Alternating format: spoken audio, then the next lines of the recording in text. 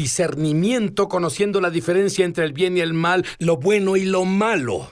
¿Qué dices, John? Bueno, el mensaje que traigo y quiero darle a las personas hoy, bueno o Dios, son sinónimos porque hoy parecen serlo. Cuando dices bueno, las personas suponen que es Dios. Pero la Biblia nos dice en Hebreos capítulo 5 que la única forma de reconocer entre el bien y el mal es con discernimiento. Si ves al rey Salomón antes de comenzar su reinado, él clamó a Dios: dame un corazón que discierna entre el bien y el mal. Si el bien es tan obvio, muy directo, ¿por qué tenemos que discernirlo para entenderlo?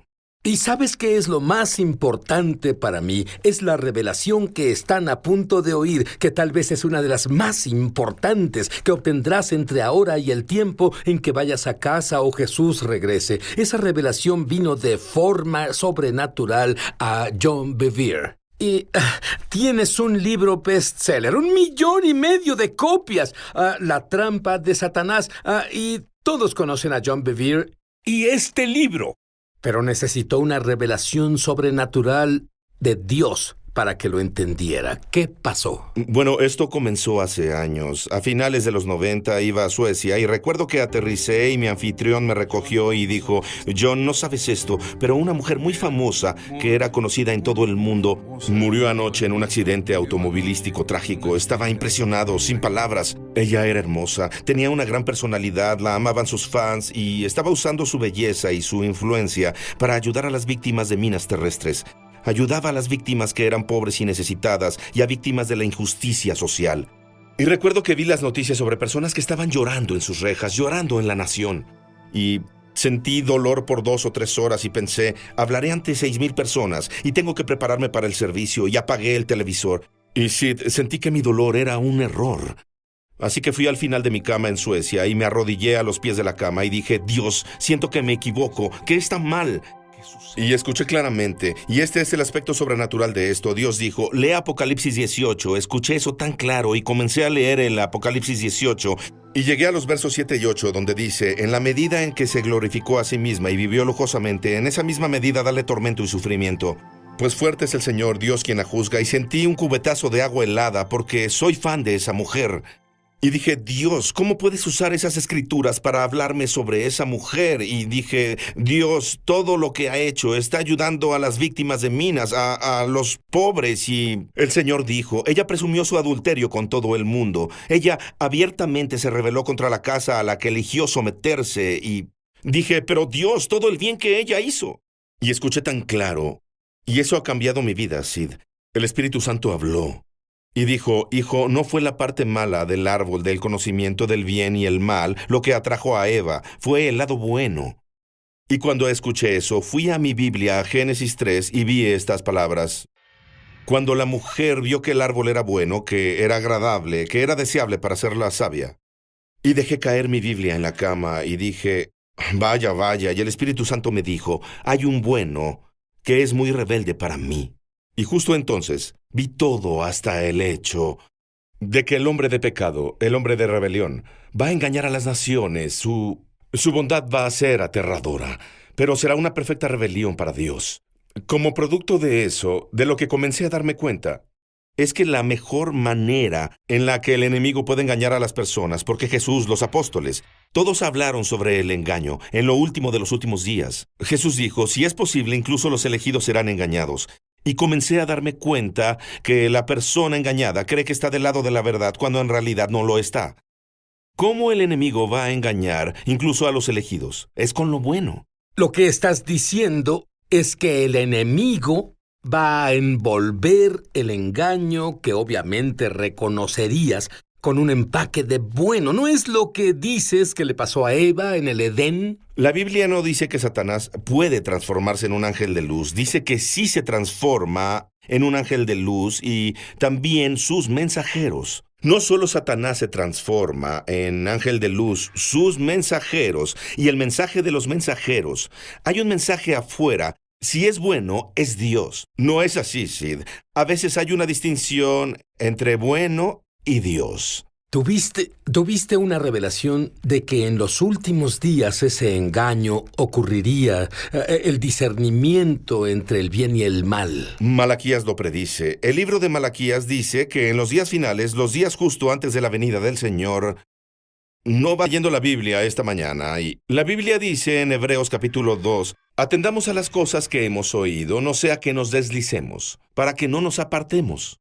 Cuando era niño iba de pesca, porque crecí cerca de un lago. Si no me anclaba, estaba pescando y 30 minutos luego miraba y no reconocía la orilla. ¿Qué pasó? Me alejé. Alejarse no pasa conscientemente, pasa inconscientemente. Si no ponemos mucha atención a lo que el Nuevo Testamento dice, lo que pasa es que nos alejamos y ahora asumimos lo que es bueno, que no es bueno en realidad a los ojos de Dios. Ahora es bueno a los nuestros y comenzamos a aceptar las verdades, que creemos que Dios está ahí, que Dios instituyó, y en realidad no es así. Tengo que decirte, cuando te escuché hablar de un área importante de recalibración, y esto podría sorprenderte, la diferencia entre Salvador y Señor. Explica eso. Bueno, en la Iglesia de América deseamos básicamente hacer que las personas oren la oración del pecador, que básicamente es recibir a Jesús. Queremos casi atraer a las personas. ¿Le darías una oportunidad a Jesús? ¿Le darías tu vida a Jesús el Salvador? ¿Repetirías esta oración conmigo? Y la palabra Salvador aparece 36 veces en la Biblia. La palabra Señor aparece más de 7,800 veces en la Biblia. ¿Dónde crees que Dios pone el énfasis? La Biblia nunca dice, debes confesar a Jesús como Salvador. La Biblia dice, debes confesar a Jesús como Señor. Jesús habla de esto. ¿Por qué me llaman Señor y no hacen lo que digo? Señor significa en suprema autoridad. Cuando lo confesamos como Señor, decimos, me pongo bajo tu autoridad suprema. Sabes, estaba en un cuarto lleno de líderes, 250 pastores, y les dije, ¿cuántos pueden ver al joven rico pavoneándose con Jesús? Se puso su Armani y su Rolex, tenía esa actitud. ¿Qué tengo que hacer para ser salvado? Todos levantaron las manos y dije, podemos ver lo que dicen las Escrituras. Marcos capítulo 10 dice, llegaron corriendo a Jesús y se arrodillaron. Yo literalmente corrí en la plataforma, era una plataforma muy grande. Me puse de rodillas y tomé al chico que me ayudaba y dije, ¿qué hago para ser salvado? Y dije, dirían que este chico tiene deseo de ser salvado. Y todos dijeron que sí. Y dije, pero el deseo no es suficiente. Porque Jesús miró la vida del hombre y vio que era algo más importante para él que Dios. Y eso era su dinero. Otras personas pueden ser su novia, su novio, pueden ser los deportes. Pero Jesús estaba más preocupado porque ese chico terminara bien que comenzara bien. Y dije, Jesús lo miró y dijo, oye, hay una cosa. Va a estar en el camino, vas a decir, oye, eres mi Señor, pero esto te llamará. En otras palabras, el dinero te llevará a una dirección diferente. Mi señorío te va a llevar a un lado, tu dinero te va a llevar a otro. Necesitas tomar la decisión ahora. ¿Qué vas a elegir? Y Jesús dijo, vende lo que tienes, porque ahora la única forma de romper esto de tu vida es soltarlo. Y el chico, cuando escuchó eso, se fue triste y agobiado. Y Jesús no corrió atrás de él y dijo, espera, Proverbios 19:17 dice, a Jehová presta el que da al pobre y el bien que ha hecho se lo volverá a pagar. Es una promesa. Y si Jesús hubiera corrido a él y dicho eso, lo habría convencido. Pero Jesús nunca usó las bendiciones, las ventajas, los beneficios del Evangelio para atraer a las personas a que lo siguieran. Solo dijo, sígueme no por lo que puedo hacer por ti, sino por quien yo soy. Tengo que preguntarte esto, porque se hizo una encuesta. Y la pregunta fue, ¿qué significa gracia?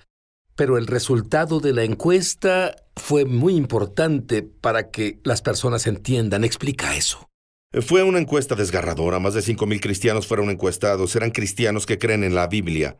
La encuesta era, da 3 o más definiciones de una palabra para describir la gracia de Dios. La respuesta abrumadora fue salvación. La segunda fue gratuita y la tercera fue perdón de pecados. Creo que la cuarta fue amor de Dios. Me alegra que los cristianos entiendan eso, que somos salvados por gracia. Esas son y solo cosas por buenas. gracia. Y cosas verdaderas. ¿Sí? Somos salvados por gracia, solo por gracia. No puedes ganártela ni merecerla y perdona los pecados. Sin embargo, esta es la tragedia de la encuesta.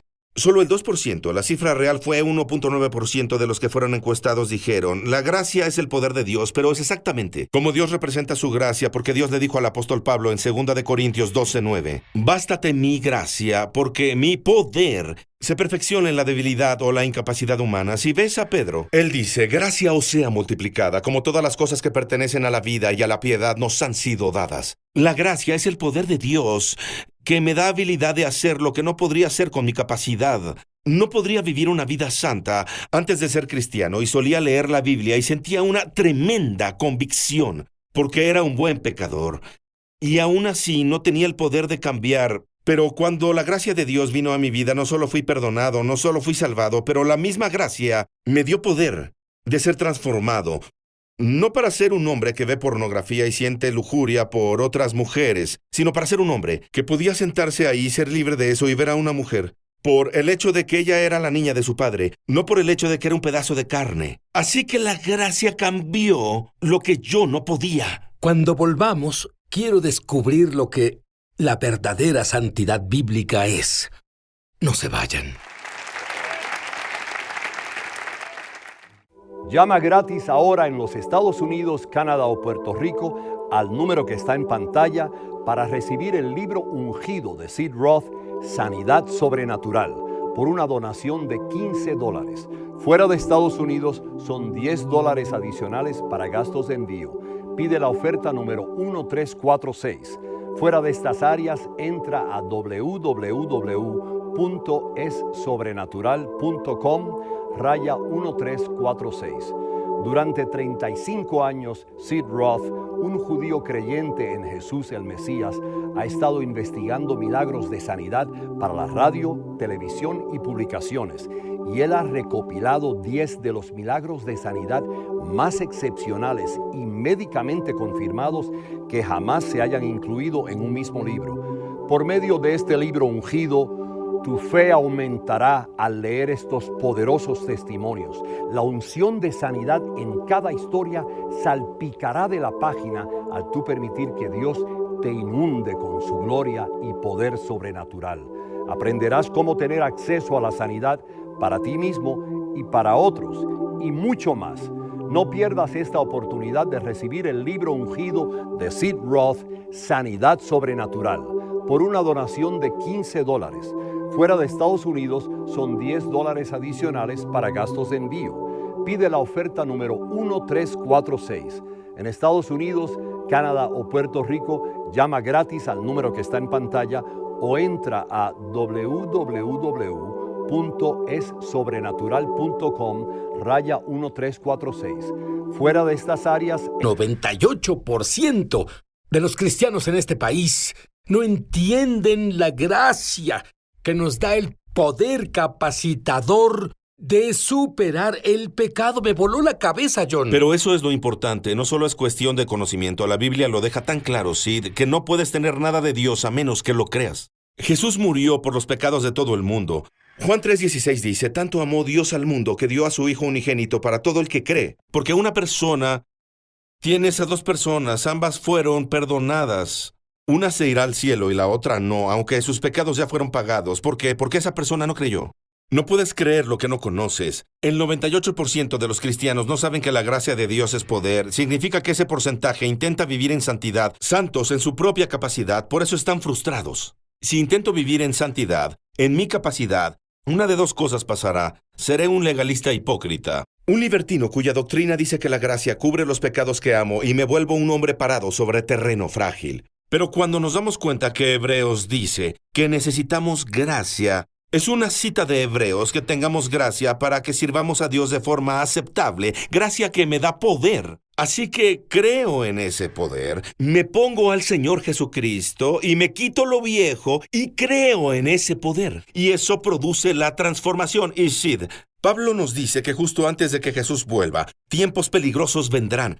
Piénsalo, sus tiempos eran peligrosos, lo golpearon con varas, fue azotado, fue apedreado, ¿verdad? Pero ve a mis días y lo llama peligrosos. ¿Qué hará que mis días sean peligrosos? Él nos dice, los hombres aún se amarán a sí mismos, aún serán desagradecidos, aún serán impíos, aún van a ser desobedientes a sus padres, aún van a tener falta de perdón, pero tendrán una forma de santidad, pero van a negar su poder. Van a tener una forma de cristianismo, pero van a negar la gracia de Dios que les da la habilidad de cambiar de impíos a santos, de desagradecidos a agradecidos, de falta de perdón a perdonar. ¿Y por qué? Intentan hacerlo en sus fuerzas. Lo que pasa ahora es que los líderes están tan frustrados porque las personas están heridas. Las personas están heridas, es lo que oigo de los líderes pastores. Me ven y dicen, pero John, las personas están heridas. Y yo digo que si no les damos una respuesta y no les decimos a las personas que la gracia les dará poder para vivir en santidad, vamos a darles un mensaje que los anime positivamente, mientras que el cáncer del pecado siga comiéndose su vida.